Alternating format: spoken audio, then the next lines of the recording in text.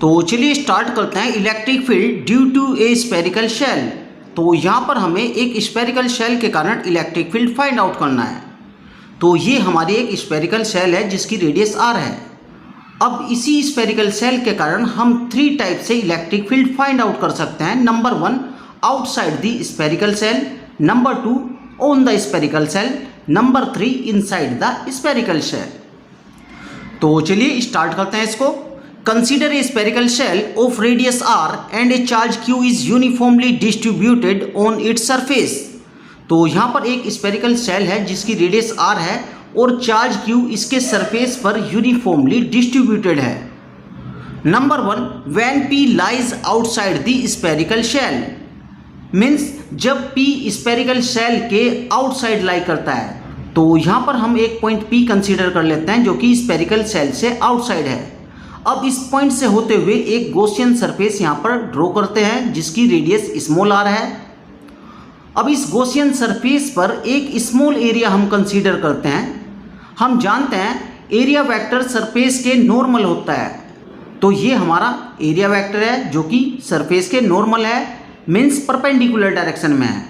अब क्योंकि हमें पॉइंट P पर स्फेरिकल शेल के कारण इलेक्ट्रिक फील्ड फाइंड आउट करना है, तब इलेक्ट्रिक फील्ड का डायरेक्शन भी पॉइंट P से होकर होगा, मीन्स अलोंग ds।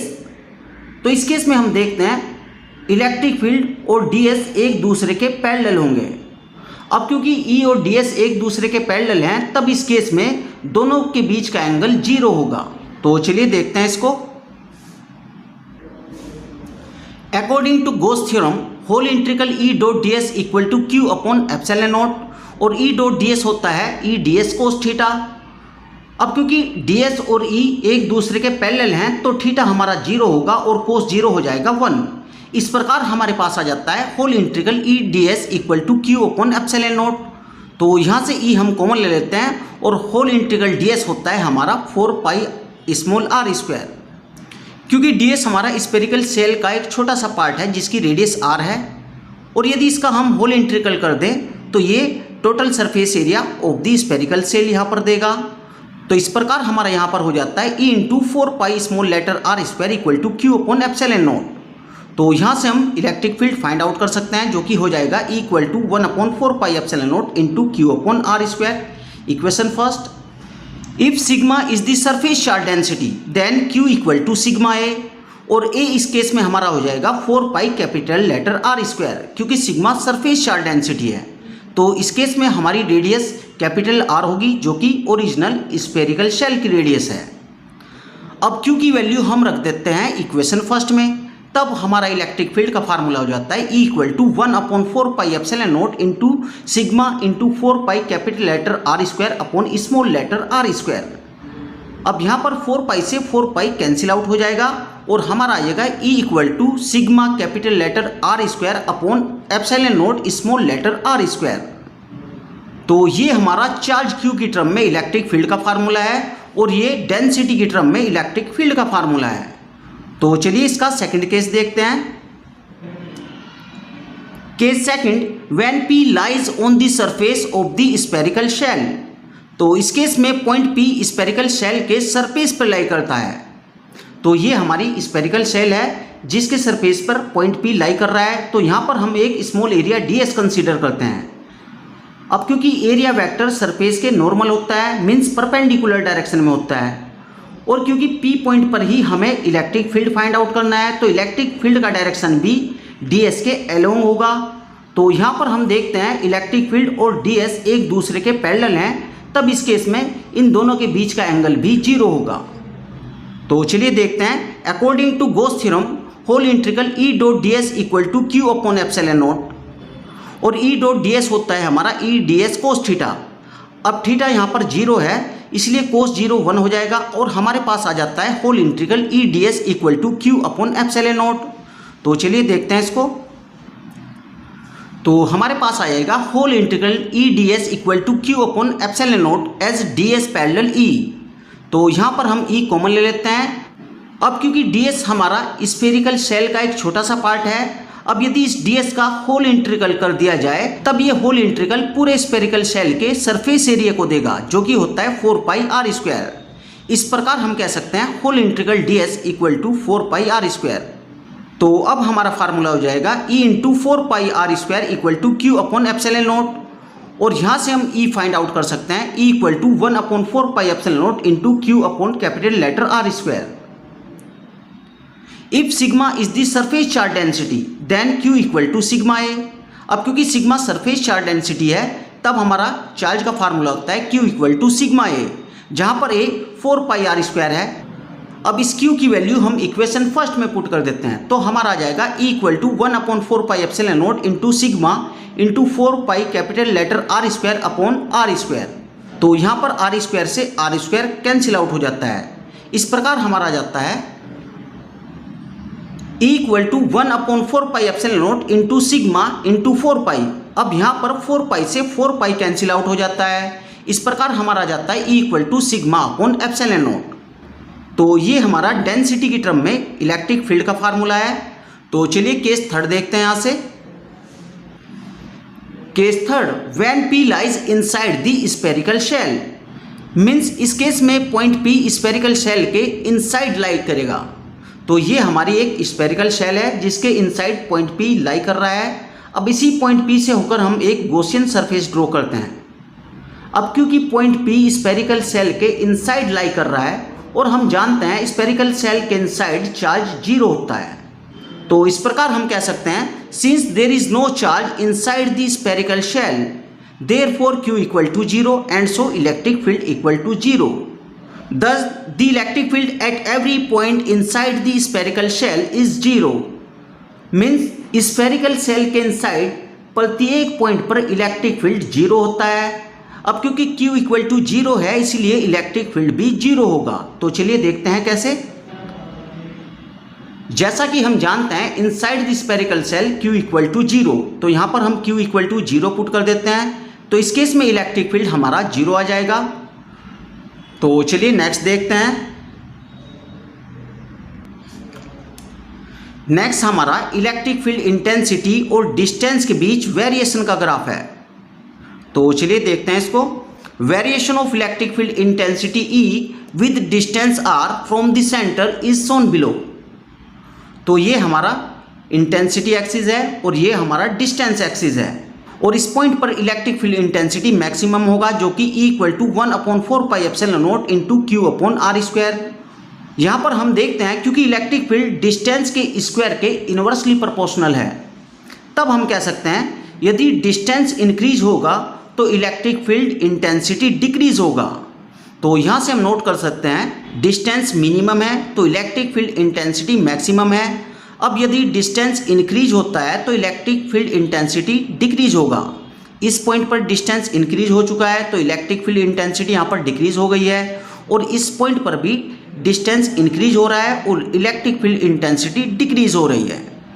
तो इस प्रकार हम कह सकते हैं डिस्टेंस के इंक्रीज होने के साथ साथ इलेक्ट्रिक फील्ड इंटेंसिटी डिक्रीज होती जाती है। तो चलिए नेक्स्ट देखते हैं। नेक्स्ट है हमारा electric field due to a solid sphere. तो यहाँ पर हमें एक सॉलिड स्फीयर के कारण इलेक्ट्रिक फील्ड फाइंड आउट करना है। तो ये हमारा एक सॉलिड स्फीयर है जिसकी रेडियस r है। तो इस केस में भी हम 3 टाइप से इलेक्ट्रिक फील्ड फाइंड आउट कर सकते हैं, outside the solid sphere, on the solid sphere और इनसाइड दी सॉलिड स्फीयर। तो चलिए देखते हैं इसको। Consider A solid sphere of radius r and a charge q is uniformly distributed in its volume. Number 1, when p lies outside the sphere. तो इस case में point P sphere के outside lie करता है, तो ये हमारा स्फीयर है और ये हमारा पॉइंट P है जो कि स्फीयर से आउटसाइड लाई कर रहा है। तो इस पॉइंट से होते हुए एक गॉसियन सरफेस यहाँ पर हम ड्रॉ करते हैं और एक स्मॉल सरफेस एरिया यहाँ पर कंसीडर करते हैं।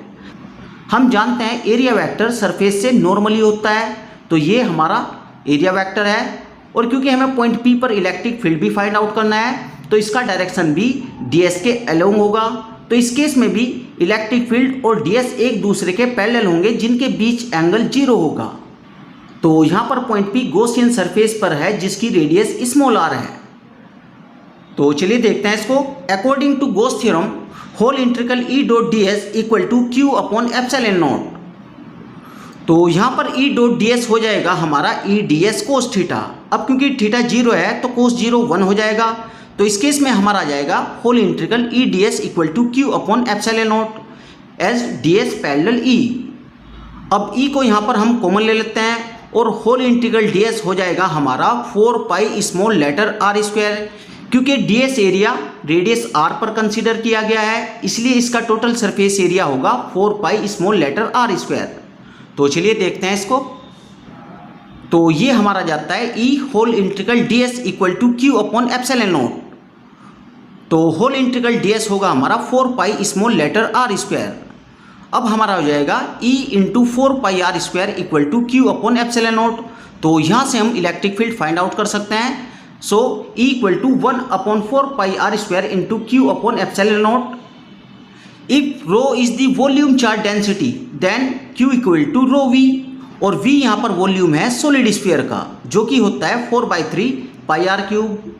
अब इस q की वैल्यू को हम इक्वेशन फर्स्ट में पुट कर देते हैं, तब हमारा आ जाएगा e equal to 1 upon 4 pi small letter are square into rho into 4 pi capital letter are square upon 3 epsilon naught. तो यहाँ पर हम ऑब्जर्व करते हैं 4 पाई से 4 पाई कैंसिल आउट हो जाता है। इस प्रकार E equal to rho capital letter R cube upon 3 epsilon naught small letter are square. तो ये हमारा चार्ज की टर्म में इलेक्ट्रिक फील्ड का फार्मूला है और ये डेंसिटी की टर्म में है। तो चलिए सेकंड केस देखते हैं इसका। Case second, when P lies on the sphere. तो इस केस में पॉइंट P स्फीयर पर लाई करेगा। तो ये हमारा पॉइंट P है जो कि स्फीयर पर लाई कर रहा है। In this case we have small r equal to capital R। तो यहाँ पर हम स्मॉल r की जगह कैपिटल R यूज करते हैं, तब हमारा इलेक्ट्रिक फील्ड का फार्मूला आ जाएगा E equal to 1 upon 4 pi epsilon not into Q upon capital letter R square. और स्मॉल r की वैल्यू कैपिटल R यहाँ पर पुट करते हैं, ये हमारा कैपिटल R स्क्वायर हो जाएगा। आर स्क्वायर से एक आर स्क्वायर कैंसिल, तो ये हमारा आ जाएगा E equal to rho r upon 3 epsilon naught. E equal to rho r upon 3 epsilon naught. तो चलिए थर्ड केस देखते हैं। Case third, when P lies inside the solid sphere. तो इस केस में पॉइंट P सॉलिड स्फीयर के inside lie करेगा। तो ये हमारा पॉइंट P है जो कि सॉलिड स्फीयर के इनसाइड है। अब इस पॉइंट से होते हुए एक गॉसियन सरफेस यहाँ पर हम ड्रॉ करते हैं जिस पर कि चार्ज Q डैश कंसीडर किया जाता है। क्योंकि हम जानते हैं कंप्लीट स्फीयर में चार्ज Q है, तब हम गॉसियन सरफेस का चार्ज Q डैश कंसीडर कर सकते हैं जहाँ पर Q greater than Q dash. अब क्योंकि हमें पॉइंट P पर इलेक्ट्रिक फील्ड फाइंड आउट करना है तो इस पर हम एक स्मॉल एरिया कंसीडर करते हैं। अब क्योंकि हम जानते हैं एरिया वेक्टर सरफेस के नॉर्मली होता है, तो ये हमारा एरिया वेक्टर है। और पॉइंट P पर इलेक्ट्रिक फील्ड हम फाइंड आउट कर रहे हैं जिसका डायरेक्शन भी इसी के अलोंग होगा। तो इस केस में भी इलेक्ट्रिक फील्ड और एरिया वेक्टर ds एक दूसरे के पैरेलल होंगे और इनके बीच का एंगल 0 होगा। तो चलिए स्टार्ट करते हैं इसको। According to Gauss theorem, whole integral E dot ds equal to Q dash upon epsilon naught, और E डॉट ds होता है हमारा E ds कोस थीटा, और थीटा हमारा 0 है और कोस 0 हमारा 1 हो जाएगा। तब हमारे पास आ जाता है whole integral E ds equal to Q dash upon epsilon naught. तो चलिए देखते हैं इसको। तो ये हमारा आ जाता है whole integral E ds equal to Q dash upon epsilon naught as ds parallel E। तो यहाँ पर हम E कॉमन ले लेते हैं और होल इंटीग्रल ds हो जाएगा हमारा 4 pi small letter r square. तो इस प्रकार हमारा जाता है E into 4 pi small letter r square equal to Q dash upon epsilon naught, और E equal to 1 upon 4 pi epsilon not into Q dash upon r square. अब यहाँ पर हम Q डैश की वैल्यू फाइंड आउट करते हैं। Now Q dash equal to total charge upon total volume. तो ये यूनिट वॉल्यूम का चार्ज है। अब यदि इस यूनिट वॉल्यूम के चार्ज में हम गॉसियन सरफेस के 4/3 पाई आर क्यूब से मल्टीप्लाई कर देते हैं, तब हमें गॉसियन सरफेस का नेट चार्ज पता चल जाएगा। तो ये हमारा जाता है Q dash equal to Q small letter r cube upon capital letter R cube. अब इस Q डैश की वैल्यू हम इस इक्वेशन में पुट कर देते हैं। तो इलेक्ट्रिक फील्ड हमारा आ जाएगा E equal to 4 pi epsilon not into Q small letter r upon capital letter R cube. तो डियर स्टूडेंट, ये वीडियो आपको कैसी लगी? यदि ये वीडियो आपको पसंद आई तो वीडियो को लाइक करें, चैनल को सब्सक्राइब करें। Okay, thanks for watching this video.